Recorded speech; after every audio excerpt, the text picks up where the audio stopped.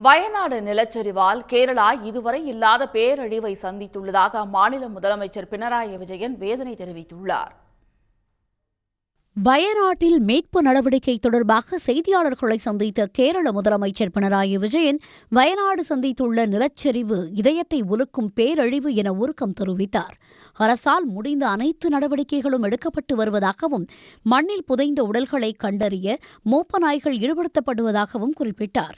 நிலச்சரிவால் பாதிக்கப்பட்ட இடங்களில் ராணுவம், தேசிய பேரிடர் மீட்புப் படை, தீயணைப்புத் துறையினர் முழுவீச்சில் மீட்புப் பணிகள் நடைபெற்று வருவதாக தெரிவித்தார்.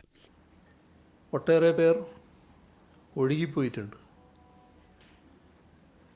മലപ്പുറം ജില്ലയിൽ നിലമ്പൂരിനടുത്ത് പോത്തുകല്ലിൽ ചാലിയാറിൽ നിന്ന് 16ഓളം പേരുടെ മൃതദേഹങ്ങൾ കണ്ടെത്താനായിട്ടുണ്ട്. അതിനു പുറമെ ശരീരഭാഗങ്ങളും ചിലത് കണ്ടെത്താൻ കഴിഞ്ഞിട്ടുണ്ട്. 34 മൃതദേഹങ്ങളാണ് ഇതിനകം തിരിച്ചറിഞ്ഞിട്ടുള്ളത്.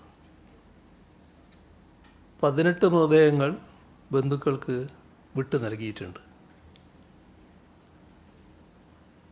ഇന്ന് വൈകുന്നേരം ലഫ്റ്റനന്റ് കേണലിൻ്റെ നേതൃത്വത്തിലുള്ള സൈനിക ടീം தொடர்ந்து உடல்கள் மீட்கப்பட்டு வருவதால் உயிரிழப்பு அதிகரிக்கும் என குறிப்பிட்ட அவர் காயங்களுடன் மீட்கப்பட்டவர்களுக்கு உரிய சிகிச்சை அளிக்கப்பட்டு வருவதாக தெரிவித்தார்.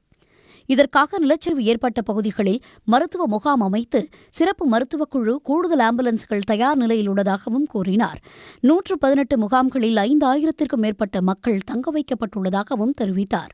வயநாடு நிலச்சரிவையொட்டி 2 நாட்கள் துக்கம் அனுசரித்துள்ள கேரள அரசு மாநிலம் முழுவதும் தேசிய கொடி 2 நாட்கள் அரைக்கம்பத்தில் பறக்கவிடப்படும் என அறிவித்துள்ளது.